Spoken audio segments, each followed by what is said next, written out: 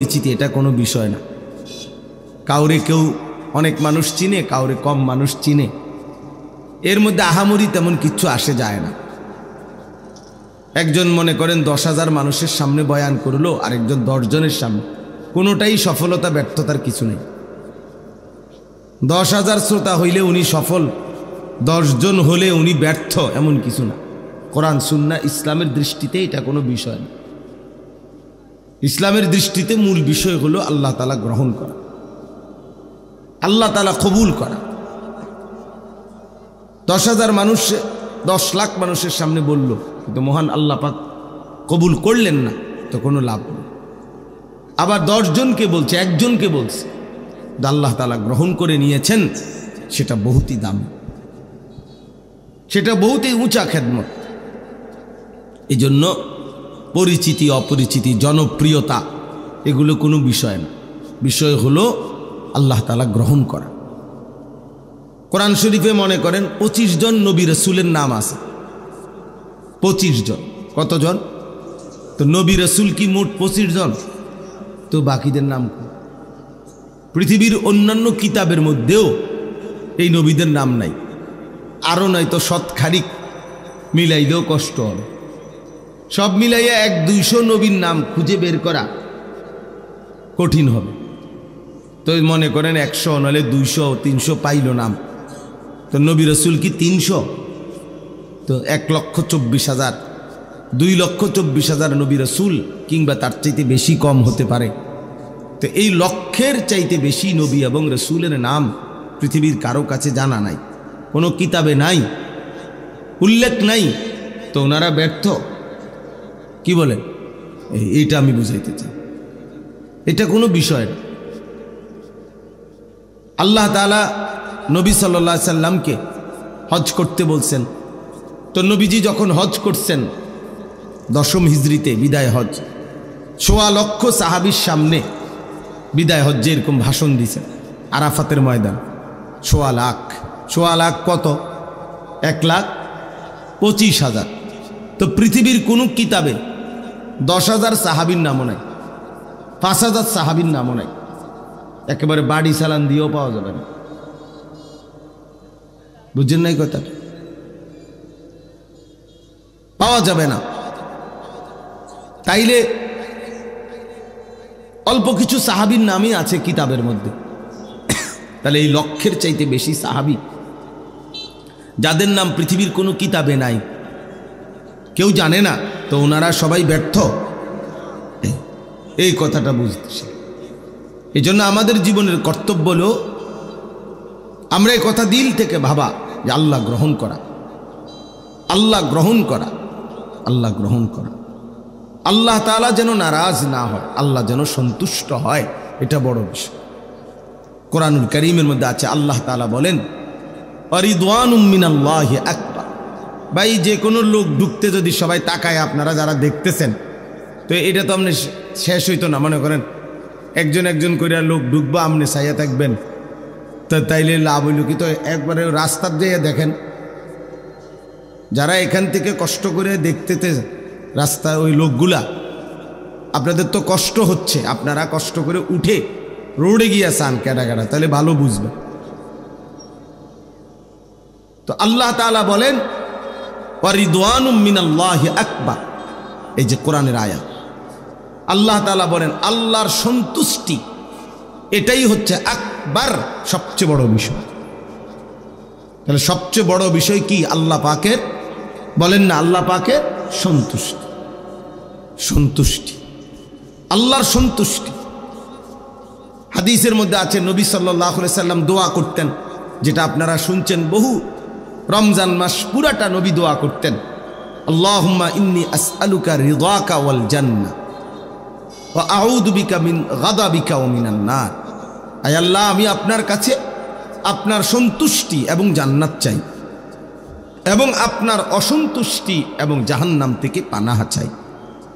তাহলে নবী সাল্লাল্লাহু আলাইহি সাল্লাম আল্লাহ তাআলার সন্তুষ্টি চাইতেন, রিদাকা, রিদা, সন্তুষ্টি।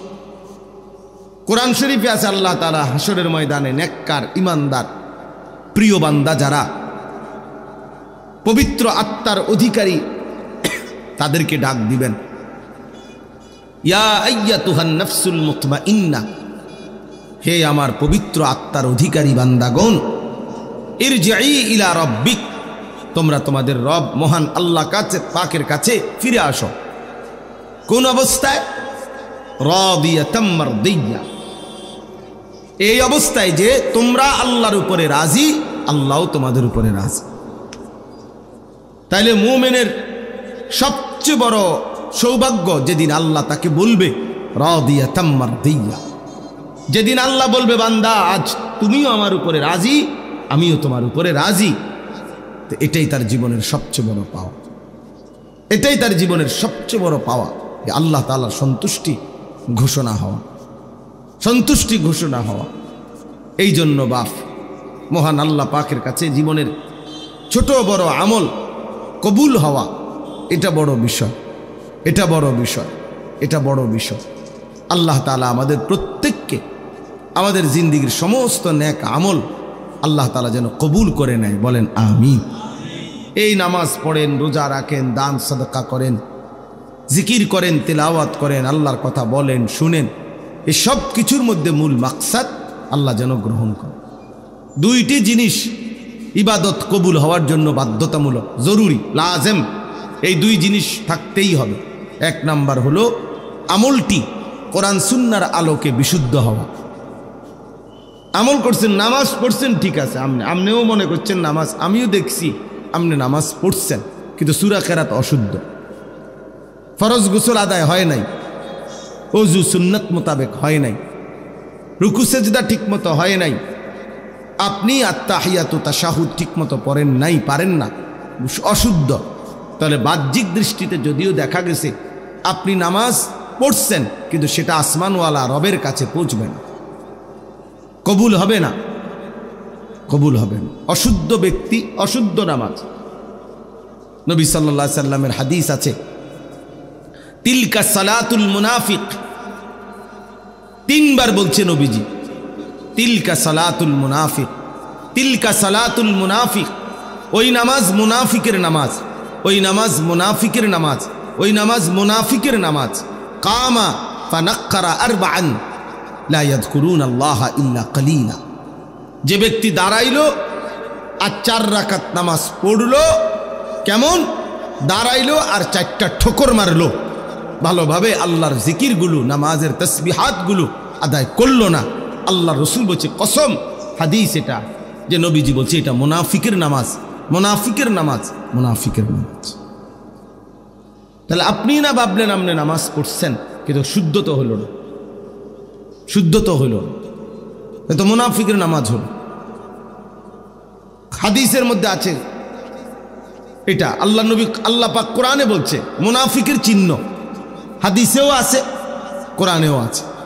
কোরআন শরীফে আল্লাহ তাআলা বলেন মুনাফিকের প্রথম চিহ্ন কি, কোরআনে আল্লাহ উল্লেখ করছেন, ওয়া ইযা কামু ইলাস সালাতি কামু কুসালা। মুনাফিকের প্রথম চিহ্ন, মুনাফিক তারা যারা নামাজ আদায় যখন করে অলসভাবে, নামাজ পড়ে না, এটা না, নামাজ পড়ে না তে তো কোনো বাদে, তারে কোনো গণাতে ধরে না কেউ। ইসলামে বেনামাজিরে কোনো গণাতেই ধরে না, এটা কোনো মানুষও না, পায়জামাও না, এটা কোনো প্লাস্টিকও না, এটা কোনো জাতও না, অজাতও না, এটা কিচ্ছুই, পাগলও না, ছাগলও না, এটা বাদ, এটা একেবারে বাদ গেছে।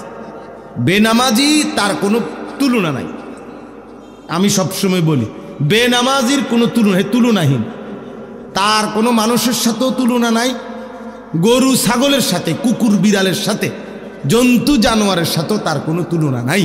কারণ তারে যদি মানুষের সাথে তুলনা দে হবে না, কারণ মানুষকে আল্লাহ বানাইছে ইবাদতের জন্য, তো সে যেহেতু ইবাদত করে না, তো সে মানুষ না।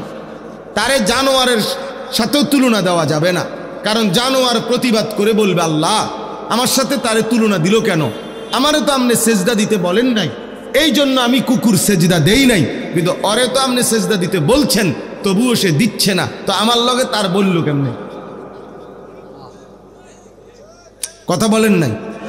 কুত্তারে তো সেজদা দিতে কয় নাই, গরুরে তো বলে নাই, তাইলে বেনামাজি মানুষের লগেও তার তুলনা হয় না, ছাগলের লগেও তার